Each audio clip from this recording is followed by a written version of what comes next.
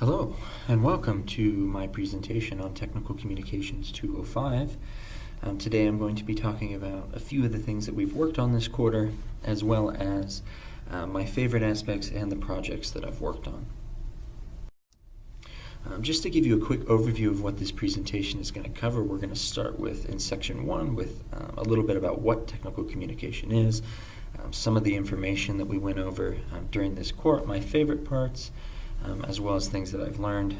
Next, I will jump into iFixit and some of the group and individual projects that we worked on, and then go into the conclusion to wrap things up.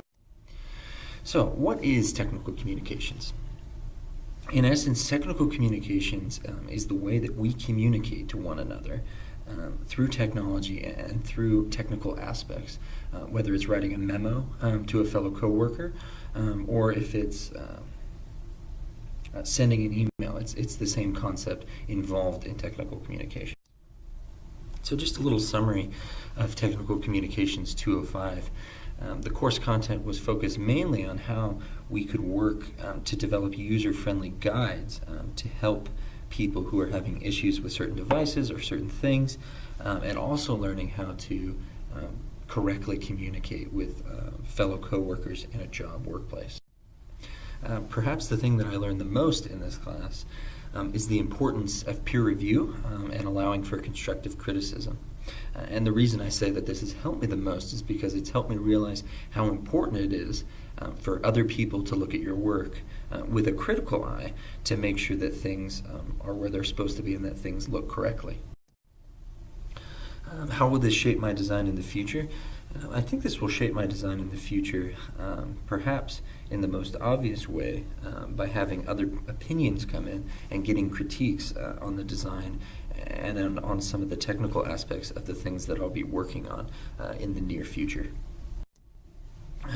So for the most part, during this quarter, we worked with a nonprofit organization called iFixit, which is a wiki-based website that creates user-friendly guides so that people can learn how to fix the devices they have to help eliminate and solve the problem of e-waste in our world. So what is e-waste?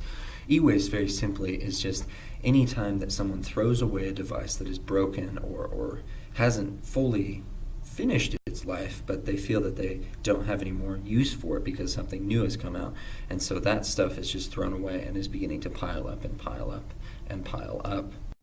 So iFixit, like I said before, is a wiki-based company, and the purpose mainly, and their mission statement, is they want to teach people how to reuse things and how to become sustainable and teach themselves how to fix the things that they have, not just throw them away and buy the newest thing that is available on the market today. So what can we do? Getting involved is probably the biggest thing that we can do. It's the biggest thing we can do with anything. When we see a problem such as e-waste, what we need to do is we need to step in and see where we can fit in solving the problem in our daily lives. So for the quarter, the early part of the quarter, our professor asked us to work in groups for iFixit to re-edit and re-add things to an already existing user guide, which was fixing problems on a specific device, and we were supposed to rewrite and add to this guide. So we chose to work on a Toshiba Protege laptop, which is a laptop that has been released by Toshiba over the last few years. And we chose this for a variety of reasons, but mainly because we felt like it would be a good, difficult challenge, but it wouldn't be impossible for us to learn the things that we needed to create something that was usable for people. So what did the owners need help with?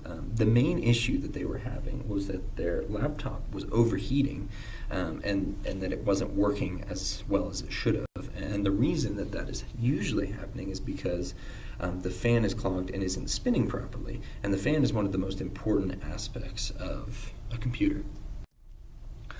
So this project went pretty well. There were a few issues. Perhaps the biggest struggle was learning to communicate with one another over online sources and learning to work together in a group. But overall, the best aspect of the group was that we were able to collaborate on our own and then come back and collaborate with one another on the project.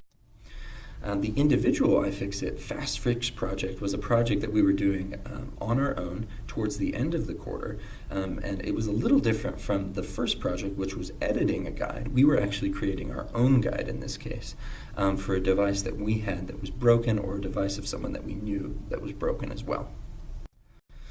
So I chose to replace the lawn mowing blade on a Toro Home lawnmower, and the reason I chose that is because when a lawnmower blade gets really dull, it actually causes the grass to not be cut properly, which is really harmful for the grass and can over time cause major problems for a person's lawn.